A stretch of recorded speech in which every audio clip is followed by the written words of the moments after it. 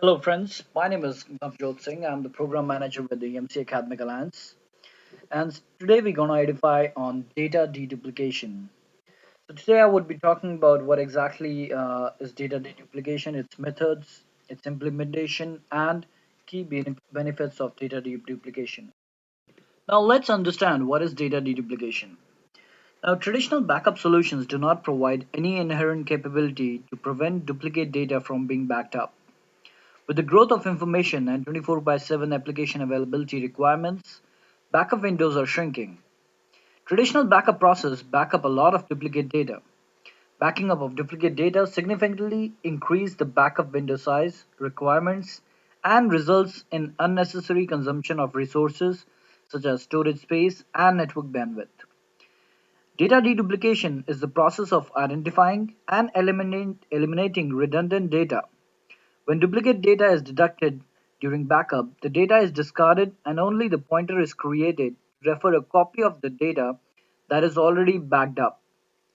Data duplication helps to reduce the storage requirement for backup, shorten the backup window, and remove the network burden. It also helps to store more backups on the disk and retain the data for a longer period of time. There are two methods of data duplication: file level and sub-file level. Determining the uniqueness of implementing either method are the benefits. However, results can vary. The differences exist in amount of data reduction which each method produces and time each approach takes to determine to unique content. Duplication can occur close to where the data is created, which is often referred to as source-based duplication. It can also occur close to where data is stored, which is commonly called target-based duplication. Sounds interesting? Now let's see how it is done. Data deduplication methods are basically two duplication methods are there. One is file level deduplication and sub-file deduplication. In file level deduplication, which is also called as single instance storage, it detects and removes redundant copy of identical files. Basically, it enables storing only one copy of the file and the subsequent copies are replaced with the pointers that points to an original file.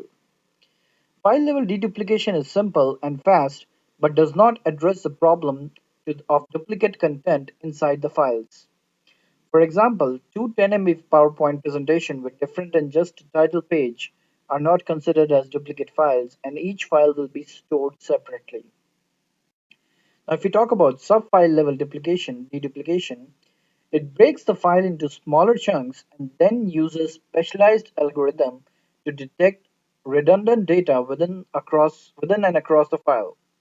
As a result, sub-file deduplication eliminates duplicate data across files. Now, there are two forms of sub-file deduplication: fixed length block and variable length system. In the fixed length blocks, deduplication divides the file into fixed length blocks and uses a hash algorithm to find the duplicate data. Although again it's simple in design, fixed length block might miss many opportunities to discover redundant data because the block boundary of similar data might be different. Consider the addition of person's name to document's title page. This shifts the whole document and the block appear to have changed, causing the failure of a deduplication method to detect equivalencies.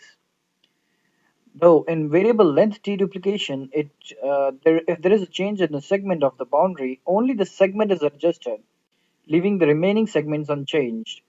This vastly improves the ability to find duplicate data segments compared to fixed block.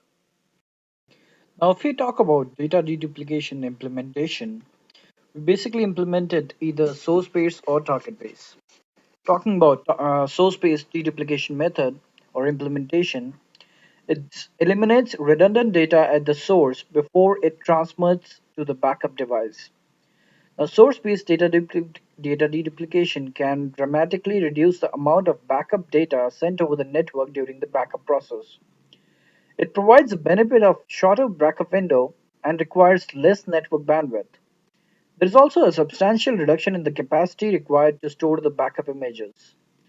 A source-based deduplication increases the overhead on the backup client, which impacts the performance of backup and application running on the client. Source-based deduplication might also require the change of backup software if it is not supported by the backup software to deduplicate the files at the source. On the other hand, if we talk about target-based deduplication, the target-based deduplication is an alternative to source-based deduplication. What it does is it occurs at the backup device, which offloads the backup client from deduplication process. In the slide, it shows that target-based deduplication, in this case, the backup client sends the data to the backup device and data is deduplicated at the backup device itself, either immediately or at a scheduled time.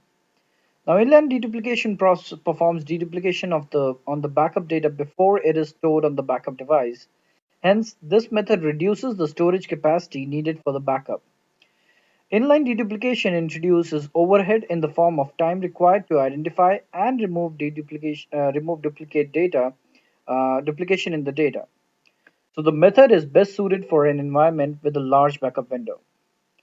Post-process deduplication enables the backup data to be stored on the backup device first and then to be duplicated later. This method is suitable for situations with tighter backup window. However, post-process deduplication requires more storage capacities to store the backup images before they are deduplicated. Now, because deduplication occurs at the target, all the backup data need to be transferred over the network, which increases the network bandwidth. A target-based deduplication does not require any changes in the existing backup software.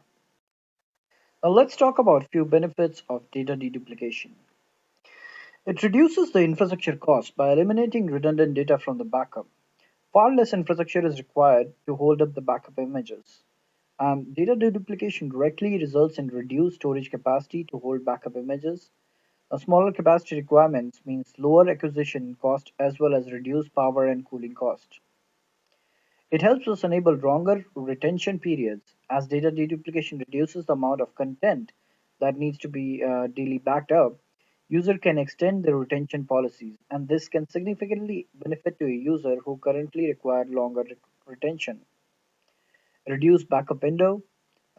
It can help redundant content of backup data, which makes less data to be backed up and reduces the backup window.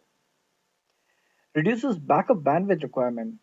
If we are utilizing the source-based data deduplication method, the redundant data is removed before the data is transferred over the network, and hence this considerably reduces the bandwidth required for the backup.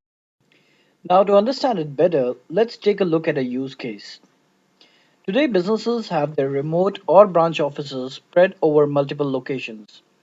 Typically, these remote offices have their local IT infrastructure. This infrastructure includes file, print, web, or email servers, workstations, and desktops, and might also house some application and databases. Too often, business critical data at remote offices are inadequately protected, exposing the business to a risk of lost data and productivity. As a result, protecting the data of an organization's branch and remote offices across multiple locations is critical for business. Traditionally, remote office data backup was done manually using tapes, which were transported to offsite locations for DR support. Some of the challenges with this approach were lack of skilled on-site technical resources to manage backups and risk of sending tapes to the offsite locations, which could result in loss or theft of sensitive data. Backing up data from remote offices to a centralized data center was restricted due to a time and cost involved in sending huge volumes of data over the WAN.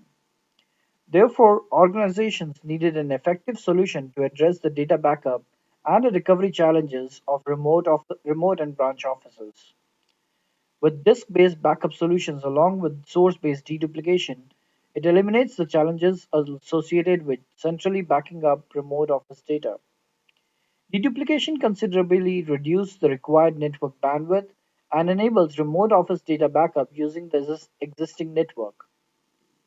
Organization can now centrally manage and automated remote office backups while reducing their required backup window. With this, I would like to now conclude today's session on data deduplication. For more updates and regular insights on new technologies, please follow us on www.facebook.com/EMC Academic Alliance. Thank you for your listening. Thanks.